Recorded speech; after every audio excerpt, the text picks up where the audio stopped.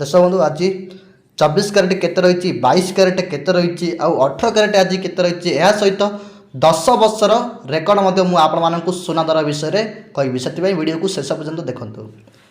तेज आज 24 क्यारेट सुनार दर अच्छी 1 ग्राम पिछा 15,775 8 ग्राम अच्छी 1,26,200 टंका से 10 ग्राम देखा जदि आम 10 ग्राम सुना दर 24 क्यारेट अच्छी 1,57,750 टंका।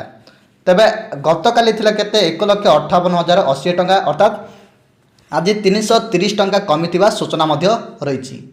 सेपटे युद्ध चली आपण मैंने जानी ईरान आउ इस्राएल मध्य या सहित अमेरिका या सहित जोड़ी हुई अच्छी तो यही सुना दर बढ़ाई देते किंतु वर्तमान कौन होना युद्ध सेपटे चली एपटे किंतु सुना दर कमी जाइए।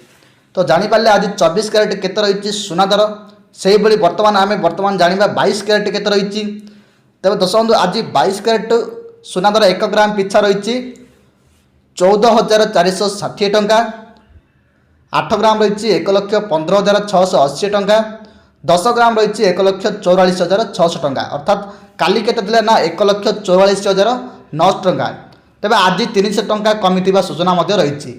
से एलपीजी गैस 912 टंका रही क्रूड ऑयल $100 रही आज यूएस डॉलर रही 92 डॉलर सेंसेक्स 76,824.63 रही।